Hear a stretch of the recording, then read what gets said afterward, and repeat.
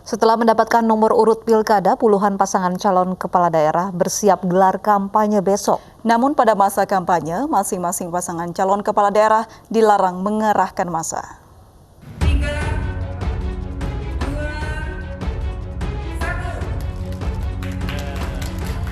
Setelah Komisi Pemilihan Umum KPU menetapkan nomor urut pasangan calon yang akan mengikuti kontestasi Pilkada serentak 9 Desember mendatang, tahapan berikutnya yaitu masa kampanye.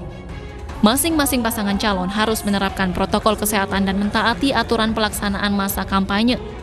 Sesuai dengan aturan KPU, pada 26 September hingga 5 Desember 2020, para pasangan calon bakal menggelar kampanye secara virtual atau media sosial untuk meraih simpati pemilih.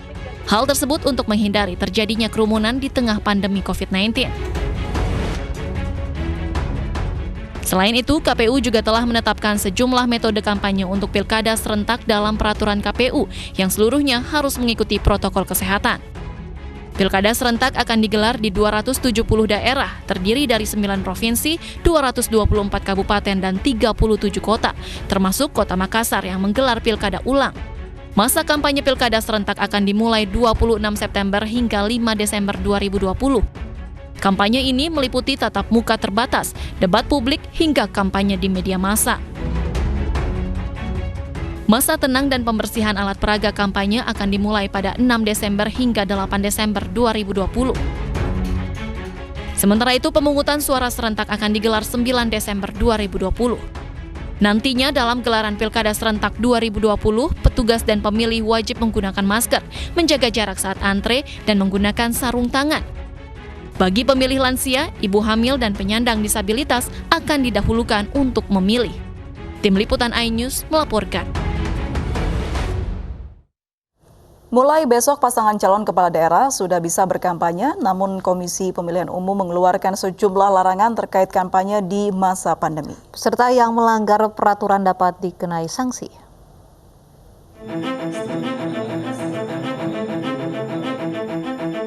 Seluruh pasangan calon kepala daerah dari tingkat bupati hingga gubernur akan memulai kampanye besok. Mereka diberi waktu kampanye hingga 5 Desember. Namun selama masa kampanye, mereka dilarang melanggar protokol kesehatan demi memutus rantai penyebaran COVID-19. Kegiatan prakampanye pasangan calon kerap menimbulkan kritik. Bahkan saat mendaftar, ada pasangan calon yang mengarahkan massa hingga berkerumun yang beresiko menyebarnya COVID-19. Untuk mencegah persebaran COVID selama masa kampanye, KPU mengeluarkan sejumlah larangan yang tertuang dalam peraturan KPU nomor 13 tahun 2020. Kegiatan kampanye yang dilarang antara lain rapat umum, pentas seni, panen raya, dan konser musik. Kemudian gerak jalan santai dan sepeda santai. KPU juga melarang kegiatan seperti berbagai perlombaan, bazar, donor darah, bahkan kegiatan perayaan ulang tahun partai politik. Sedangkan kegiatan yang dibolehkan dalam PKPU 13 2020 antara lain pertemuan terbatas, pertemuan tatap muka, debat publik atau debat terbuka.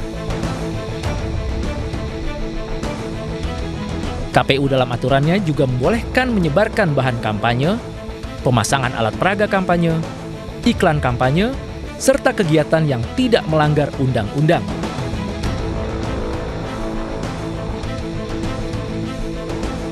Masa kampanye berlangsung mulai 26 September besok dan berakhir 5 Desember. Sedangkan pemungutan suara akan diselenggarakan 9 Desember mendatang. Desakan untuk menunda Pilkada serentak 2020 datang dari berbagai pihak. Salah satunya datang dari Ketua Umum Palang Merah Indonesia, Yusuf Kala. Namun pemerintah menegaskan Pilkada serentak akan tetap dilaksanakan 9 Desember 2020.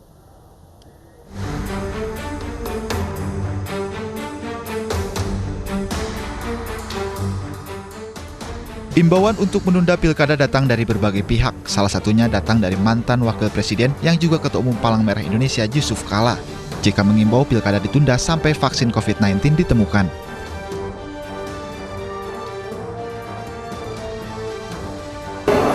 juga nanti ya lebih dipertimbangkan kembali waktunya.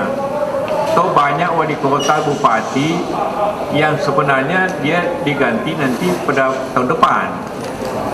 Jadi sebenarnya tidak apa-apa dari segi pemerintahan, bisa ditutup dengan pejabat.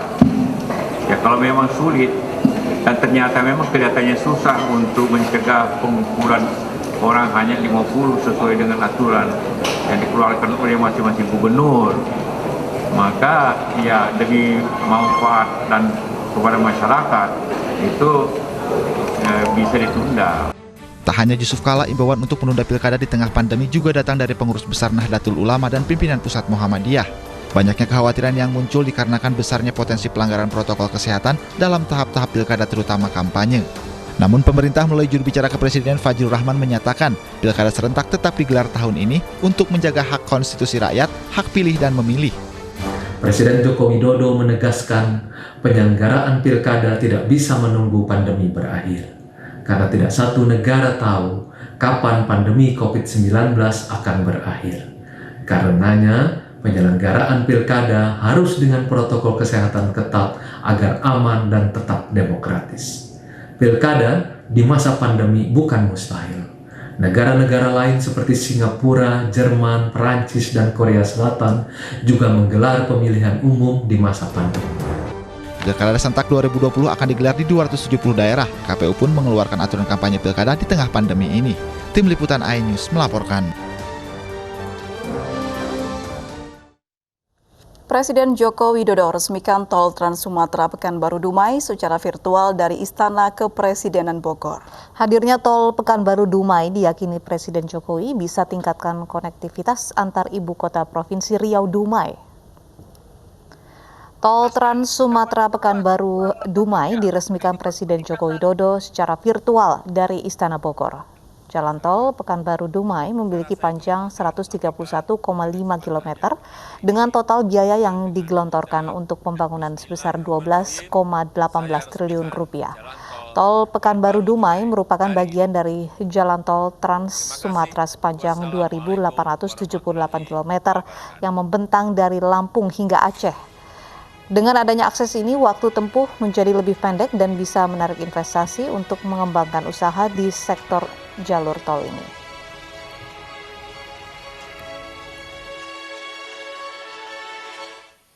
Jalan tol ini juga memperpendek jarak tempuh kota Pekanbaru Dumai.